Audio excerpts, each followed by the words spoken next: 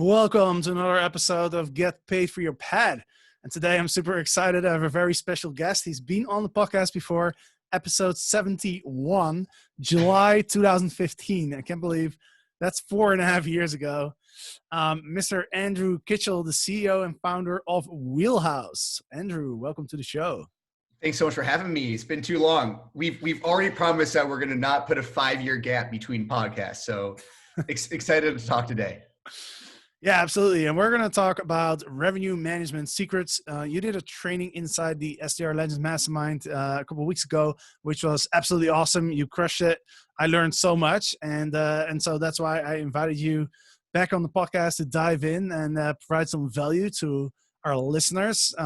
Teach them some simple hacks that they can use to increase their revenue in 2021. So I'm excited to dive into that. But before we dive into the actual material, I wanted to mention a couple things. Number one, you are actually one of the few hosts that I know that actually started hosting before I did. So that's cool. Plus, you actually hosted Brian Chesky. I want to hear, how was that experience? It was amazing. Okay, so this is it back in 2010 when I started hosting. I actually paid for my first business by hosting on Airbnb. We had kind of a hacker house in San Francisco.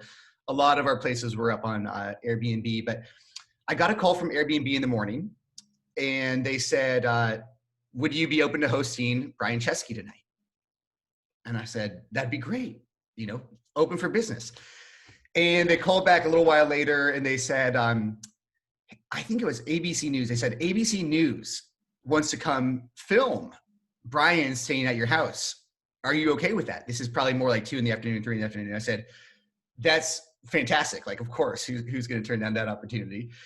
And then they called back at about 5 p.m. and they said, do you mind cooking breakfast for Brian so ABC News can film like the breakfast part of Air, Bed, and Breakfast? This is still back when it was Air, Bed, and Breakfast, not Airbnb. And it was like, sure, whatever. So I actually stayed up till probably, midnight prepping this 7-course breakfast with mimosas. And we had a great event. I still remember the ABC newscaster looking at me so incredulously saying, so you're telling me you rent out your space to strangers to let them stay with you? It's like, absolutely. It's fantastic. And he said, why? There are, of course, a ton of reasons. But anyway, that was way back in the day. Brian was a great guest. He ended up staying for 2 nights and wrote a great review and all that kind of stuff. So, and Brian and I, we've stayed in touch on and off throughout the years, just as we continue to both obviously work in the category. But super nice individual, great guest. Yeah, that's an awesome story. I love that. Cool. So let's dive in. Pricing is, as far as I know, is the first sort of third-party tool that came on the market. And you were actually you are the first person actually to bring an Airbnb tool, an automation tool to the market. I still remember it because, and let me know, I think we have a similar background in terms of our education. I studied econometrics. Did you study that as well? I studied history. You studied history? Oh, I'm confusing you with somebody. But anyway, like when I started hosting, one of the first things I did was I was trying to optimize pricing, because that's actually that was my thesis in university, was optimizing pricing for all sorts of stuff for airlines and stuff like that. And so I was very enthusiastic. I was like, well, this is my terrain. I can calculate the optimal price for this thing. And then I ran into some challenges because of the differences with the airlines and hotels. You have multiple rooms, multiple seats. But when Airbnb, you only have one. You can only sell your house once, which that was a big challenge for me. And I couldn't really figure it out. And so I was like, damn, this is a complicated thing. Like, how do I optimally price my Airbnb? I did some calculations and I did some, variations around demand and stuff like that. But then you guys came on the market with the pricing tool, and I was like, boom, that is exactly what I need, because I knew, like, I am not smart enough to calculate this myself. So that's why I have almost like a special bond with the pricing algorithms, because it was such a big relief for me when this software came to market. So That's just an introduction.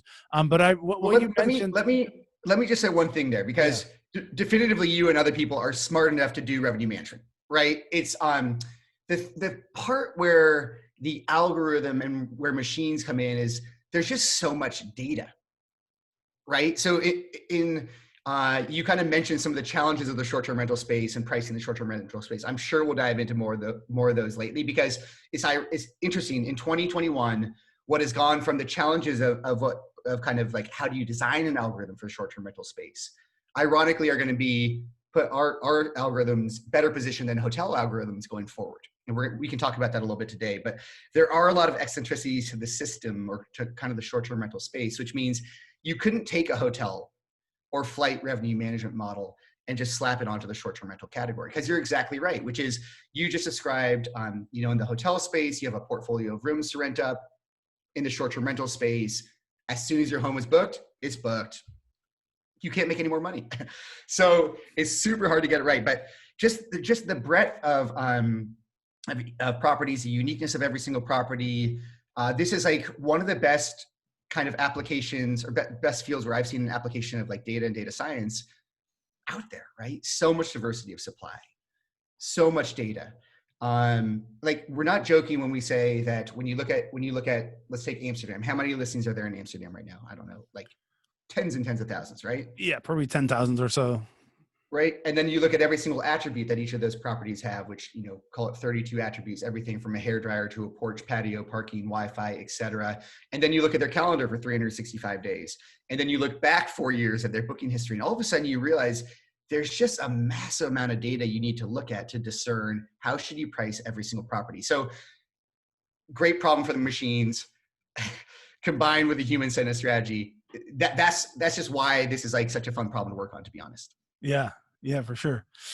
Cool. So let's dive into some simple hacks that we can use to make a little bit of sense of this massively complicated problem. First of all, let's talk about mastering your market. Sure. Key demand drivers. Sure. So what we'll cover today, what we'll walk through the next section is like, we're going to talk about kind of the three areas where I would say you can make up a lot of money especially in 2021. And the three key demand drivers, when I think about mastering your market, what I'm really suggesting is that there are a few key demand drivers that are relatively easy to understand about your market. And if you understand them well, you can look forward at your calendar and kind of set your calendar up for success. So when we're thinking about market mastery, we're saying, let's figure out our seasonality curve, kind of the slow moving curve within your market that impacts your whole market. So you can think of summer or winter or whatever season drives demand within your market. That seasonality curve is one. The second curve to understand well for your market is the day of week curve, right? So this is kind of looking at what is the mix of business travel versus leisure travel in some markets. In some markets, it's understanding when are people arriving. Are they showing up on Thursday and now staying through Monday? Everyone's day of week curve has probably shifted quite a bit during COVID, right? So what is that day of week curve that you can kind of leverage to both, maximize revenue, but also capture bookings, right? And then the third curve to understand, which is less of a curve and more of almost like an erratic thing that jumps around, is our local events. Mm-hmm. And the way I like to think about local events is they are the hardest to get right, but they definitively provide the most juice, right? They're examples of customers that we've had in Austin or other markets where you have these really large, big events like South by that will literally in a week make as much as they make in 6 months or a year, right? That's so aberrant that if you price that incorrectly, you miss out on your best days. So those are the three curves: seasonality, day of week, and local events that are important to get right to set your calendar up for success. Should I dive in more to some of like kind of how we figured those out, or?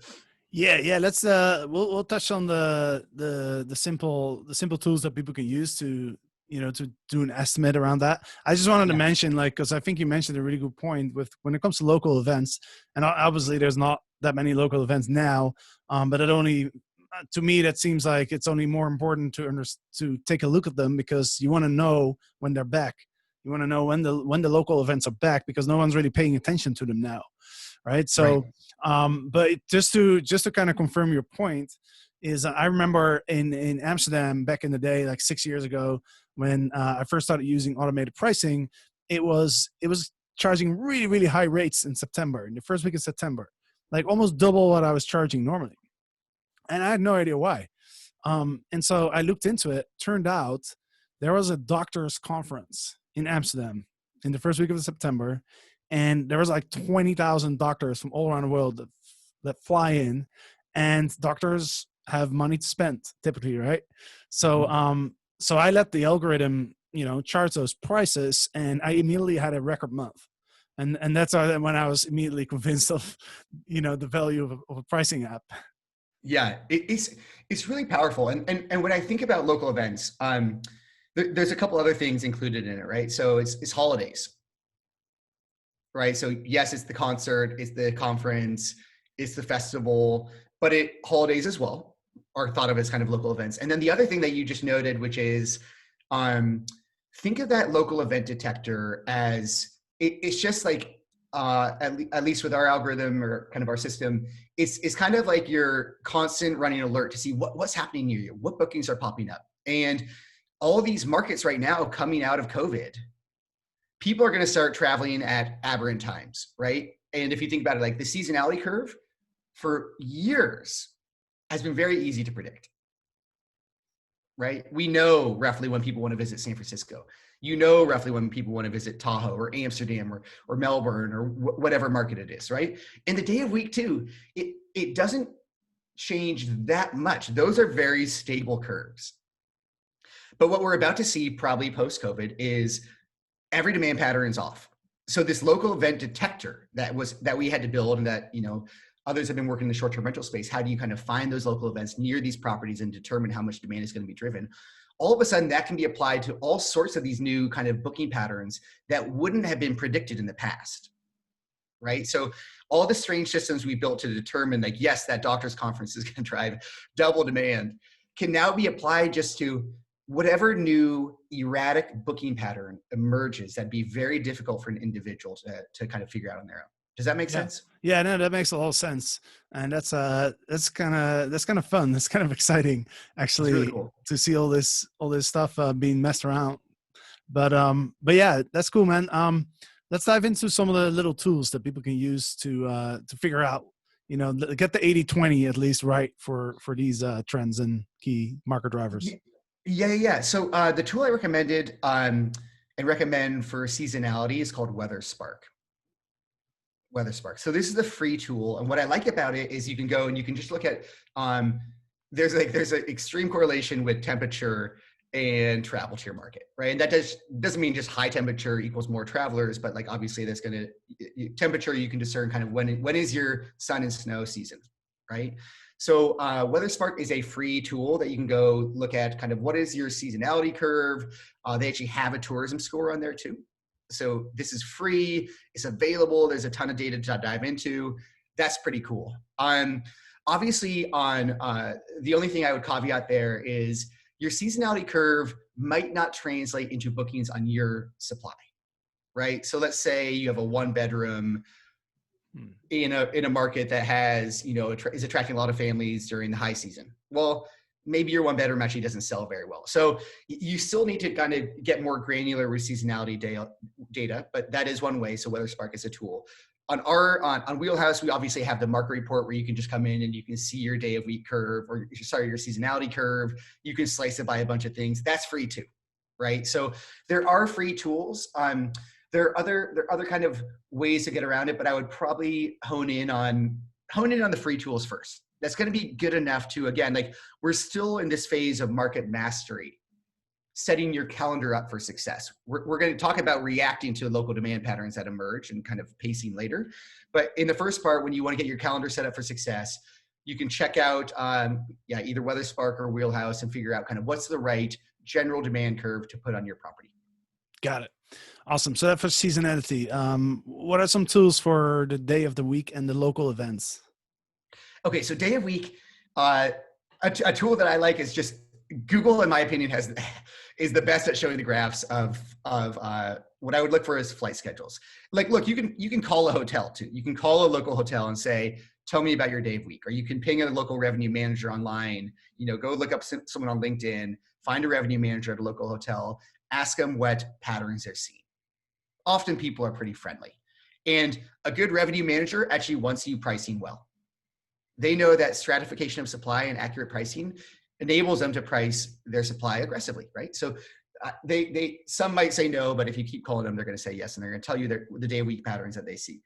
But if you want to just go to the data, go to Google Flights, look 3 months ahead, wait until you get rid of all the near-term price hikes or price cuts that are taking place. So I always say go 3 or 4 months ahead, and you'll start to see a regular repeating curve on the flight prices coming into town. And what you'll probably see is something like, if you're an urban market, you'll see that on Tuesday, Wednesday, prices are lower. On Thursday, they increase, and they stay high through Friday, Saturday.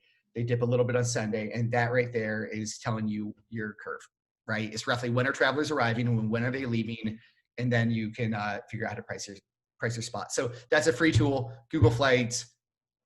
Again, go to Wheelhouse Market Reports, also free. We'll tell you your day of week pattern as well, sliced by inventory type, because it is different by inventory type.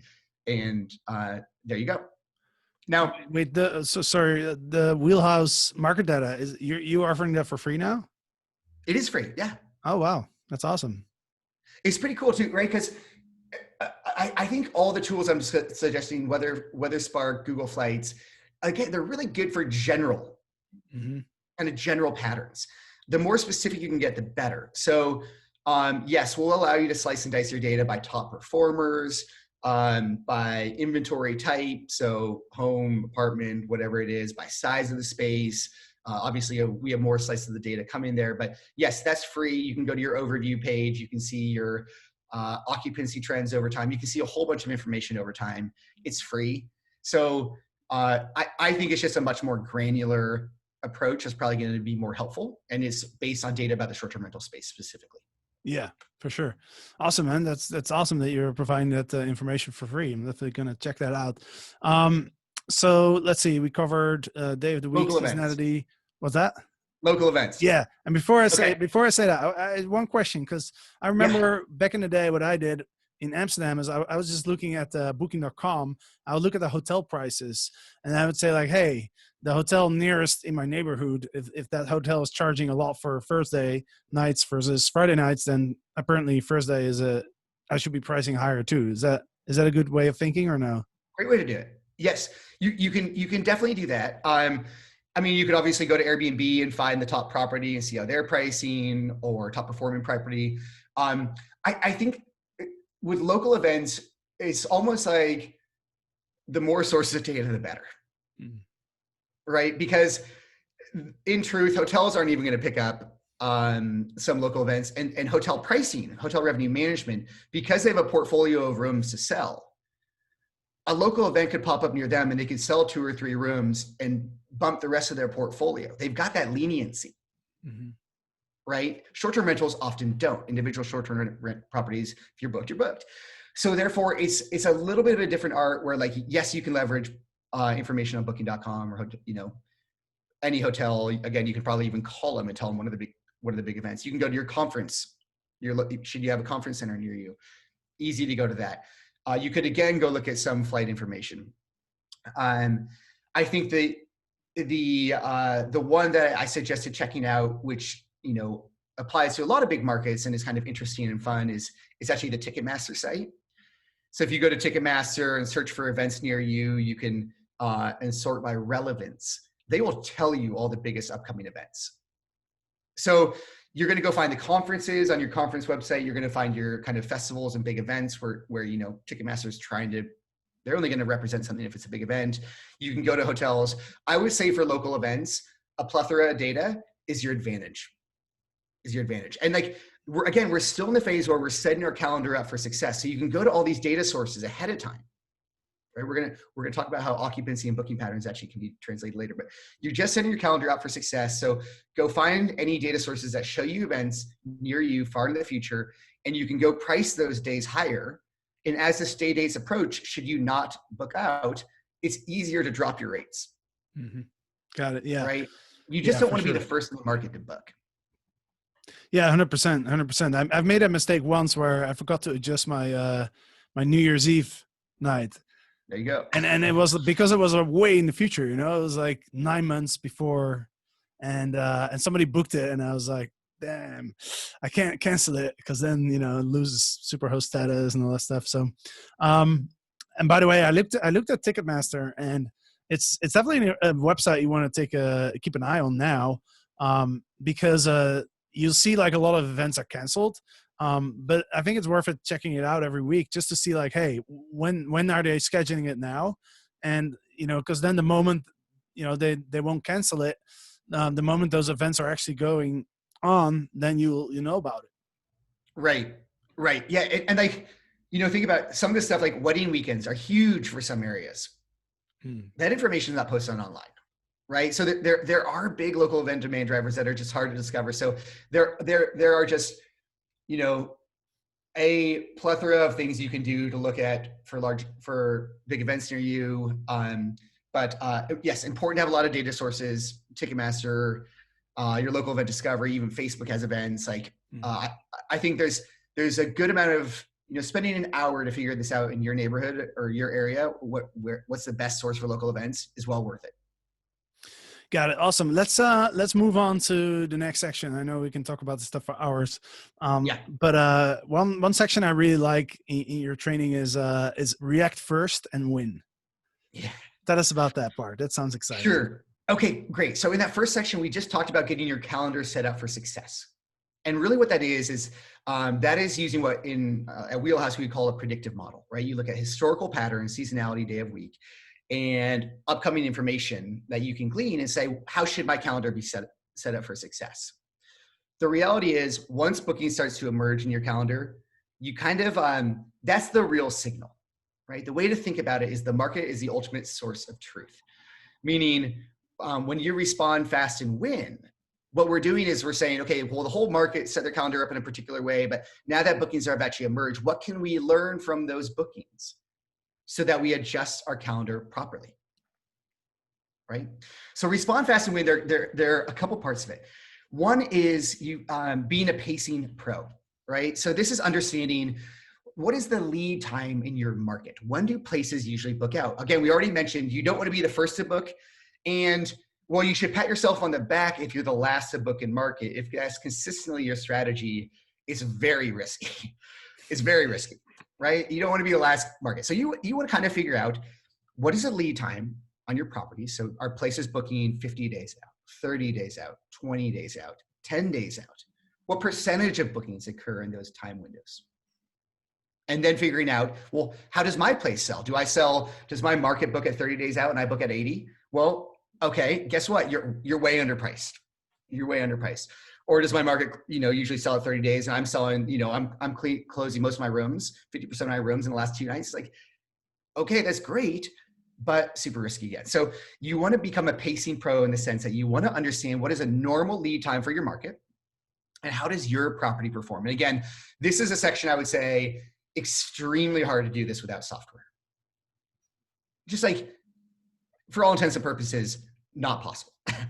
Not possible. Because once you start, like your lead time isn't there. Yes, we'll give you, there are generalized lead times for markets. Those are relatively easy to discern, but an 8-bedroom home has a far different lead time than a 1-bedroom home, right? If you're selling your 8-bedroom home with 3 days to go, you don't want that guest showing up at your door. That is a party showing up at your home, because what group of 8 families or 8 friends plans 3 days before an event? No way. So your lead time is way different, and your neighborhood is going to have a different lead time, right? Your places with pools are going to have different lead times than places with not pools, because in the summer those places are going to book first. So there's so many ways to slice and dice that data, right? When you think about all the uniqueness of the short-term rental space, that lead time is a really, really hard thing where like you can trust the machines for this type of stuff. Again, Wheelhouse is a free market report. You can come slice and dice your lead time for free. Now, going and looking at your pacing, the way to think about pacing on an individual property this is where things get really interesting in the short-term rental space, in my opinion. So in the short-term rental space, obviously, if your day books, you're 100% booked. And if your day doesn't book, you're 0% booked. So how do you pace a property that's either, with a binary outcome? And the way we do it, the way we thought about it is we pace your month. So we want to know what percentage of your month is booked. And we want to know the percentage of your month, are 30 days out, are you 50% booked? And your market is also 50% booked. Then we know you're pacing well. So when you don't have a portfolio of rooms, what Wheelhouse can do is it can make your market, your neighborhood, and your comp set your portfolio, and figure out where to sell you within that kind of the right time, right? And we'll tell you if you're underpriced or overpriced. You can obviously control everything, right? You might want to book out earlier. That's just the way you want to run your business. Great. You might want to take more risk. You can do that too. So you can set all these controls, but Pacing Pro is a really important thing. Hotels make a mint with this, so it's obviously incredibly important, but a hard thing to get right, particularly in the short-term rental space. That's part one. Too much on that? Any questions on that section? No, I mean, that's really clear. That's really clear. And I agree with you. That's something that's really, really hard to define if you don't have that data. Cause I mean, the seasonality and stuff, yeah, you can look at those little tools. But how do you know like how many days out a certain percentage of demand hits the market? Right. That's hard to estimate, Super hard. So basically what we're talking about, there are two demand models. You have a predictive demand model and a reactive demand model. And you can imagine, because I'm explaining it this way, this is actually how our system works. Now, hotel revenue management systems, they really weren't forced to build a reactive model. We were, right? So in our space we were, because again, we had to pace your property against the market. So we have to see how the market is booking every single day. Hotels usually are pricing against a comp set. They're usually relying on historic data, and they're usually relying on kind of that portfolio of rooms, right? Again, if they sell their first 10 rooms way sooner than they did last year, they bump their rates. There's no risk. It's way safer, way safer. So in our space, our hands were tied. We had to build an effective reactive model to actually price your inventory well. So we put a massive amount of resources into it and ran a ton of A/B tests and kind of figured out like what is the right way, like how much do we respond to booking patterns when they emerge. So I will go on a limb here. I think Wheelhouse is probably the most advanced reactive model in the world across hospitality, right? Hotel groups are reaching out to us right now saying, we don't have this and we want it. Can you help us out? And it just is a kind of fluke of like the short-term rental space was kind of set up in such a way that we had to build these systems, and now they're ready for success. So the second part of pacing of kind of being kind of responding rapidly. So obviously we have the Pacing Pro, and then we have the Demand Detective, right? So this is now, we predicted what events were going to happen in our market. We took a guess at how the holidays would be, et cetera. We've done a good job of setting up our calendar. Now we need to actually look at booking patterns and say, well, are people actually booking? Because we all know that this year there are a bunch of big events that you would have been wise to adjust your calendar for. And all of a sudden, in the course of a couple of weeks, they disappeared. And it's the most dramatic example ever of the market being the ultimate source of truth. But obviously, if you're still pricing on what you thought the market was going to do, you're out of luck, right? So reacting is really critical. And you can do this as an individual. And you can do this by going again to your free market report on Wheelhouse and looking for like where is occupancy today in my market and what is it expected to be, right? So we'll show you basically how your market is actually evolving. And it might be different than what we thought, but you can look at it at any time for free. You could look around you generally at kind of, if you looked far in the future at like Airbnb, you can see how many roughly listings are available on a particular day versus normal, but that's harder to do now. So being a demand detective is really looking at your market data on a regular basis and saying, okay, the market, even, New Year's is going to be really slow this year, or Thanksgiving is going to be really a high demand this year. Whatever it is, whatever data signal you can pick out and making adjustments to your pricing as we go. Now, of course, way easier to automate. Way easier to automate. Now, you still want to have a practice of every week reviewing your market and trying to discern what's happening near you. Definitively, yes. Especially if you're able to zoom in on a comp set, super easy to, very valuable to see who's booking for what particular days. But right now, I would say being a demand detective means figuring out, okay, I don't care what you thought the event was going to do. What's it actually doing right now? And responding to that. And that's where data is just insanely helpful. Awesome, man. One thing I want to touch on is, because in my opinion, that's something that Wheelhouse does really, really well. And I think it's very user friendly because of this feature, is the feature where you can select your own risk. Because you touched on risk, and that's a really important topic, because, I remember I would talk to hosts like 6-7 years ago, and they would tell me like, oh, I'm almost 100% occupied all the time. So they feel like, oh, I'm making the most of my unit, And then I Yeah. would say like, well, if that's the case, then I think you can increase your prices. And they would look at me and be like, well, I'm happy with this. I don't want to increase my prices and risk not getting booked. And I started realizing, I was like, okay, well, I guess not everybody wants to optimize their profit necessarily. Some people are just happy with almost like a more of a long-term rental model, where it's like, I know I'm going to get 90% booked because my prices are so low. I know I'm going to get X amount of money every single month, and I'm happy with that. I don't want the variance that comes with a higher profit. Yes. So I was like, okay, that's cool. And that's what I noticed when I first looked at Wheelhouse. I was like, oh, you guys actually give people that option, saying like, hey, do you want to really maximize your profit and take some risk, or do you want to go the middle way, or do you want to be really risk averse and just have kind of like an almost guaranteed amount of money every month? Yeah. Do you mind if I expand on that just a little bit? Yeah, no, for sure. Go for it. Yeah. So the feature you're talking about, we've always described as personalized pricing. And fundamental to Wheelhouse, even though we just talked about all the data and kind of software that we can bring to help you out, the reality is a pricing engine in and of itself is not enough, right? You have to have an individual with a certain strategy and goals, setting some parameters for the machine, right? Or I'd highly recommend it. You don't have to. We'll actually do a pretty good job if you don't. But like, for example, we talk to people who say, look, I have found that in my market, if for guests who pay me less than $100 a night, they don't respect my property as much. So I don't care if I could drive occupancy a little bit more. I'm not going to drop below a certain point. So that's where min pricing comes in.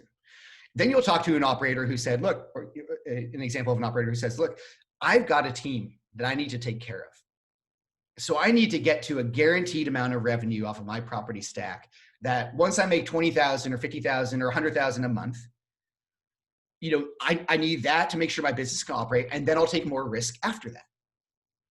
Right. So we see all sorts of things. We see people who's like, hey, I want to take a lot of risk around events, or I want to take a lot of risk far in the future, but if I'm not booked out as state aids approach, I want to drop my rates dramatically. So already what you're hearing is there are all of these strategies that the best thing to do is to put excellent controls that are easy to use in the hands of operators. And yes, you mentioned we have for every setting. So seasonality settings, you can come in and adjust every month. You can take more risk in January or more risk in a particular season. Super easy. You can take more risk on weekends.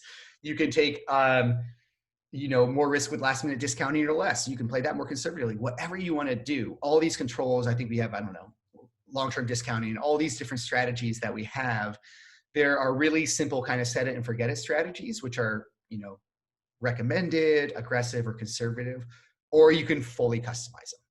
And it's just a way to, it's kind of a recognition that Wheelhouse can do our job best if you come in and tell us what you're trying to achieve. Yeah, that makes a lot of sense, man. That makes a whole lot of sense. Cool, dude. Thank you so much for coming on. We already covered a lot. Again, we can talk for hours, but I'm sure we'll have you back at some point. But just to summarize, what we all talked about, and some advice for the people that are listening. I think number one, do not set the same price for every single night. That's Definitely the biggest mistake you can make. You're losing out at least 40% in my opinion. Yeah. Number two is use data that you can get for free, because it's a no-brainer, right? So Wheelhouse provides amazing data, as you mentioned. It's for free, so recommend people use that. Or you want to play around with those other tools like Google Flights and WeatherSpark that you mentioned, Ticketmaster. But really, if you want to really optimize prices, highly recommend using Wheelhouse. And Andrew, you're going to give the listeners an exclusive discount that we actually just made up before we recorded this podcast. So We did.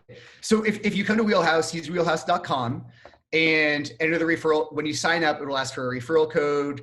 If you enter the referral code PAD, P-A-D, pretty easy to remember, you're going to get 50% off your first month, 50% off your first month. So we'd love to have you aboard. Obviously, there's a ton more to learn. Jasper, do you mind if I share one more thing? Because I think this is really critical for going into 2021. Absolutely. Okay.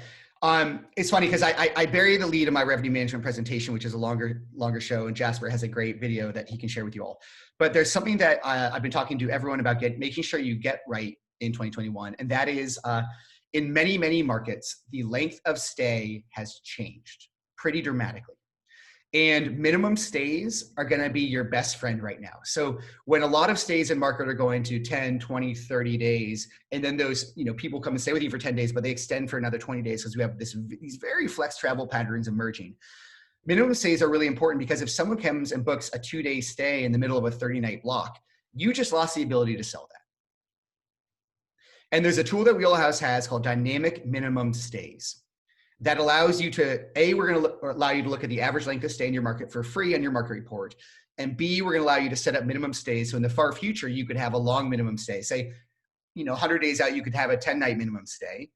And then it will dynamically adjust as it comes closer. And should 2 10-day bookings emerge and you have a 5-day block between, our system will automatically reset that 5-day block to a 5-night minimum stay. It's a dynamic minimum stays.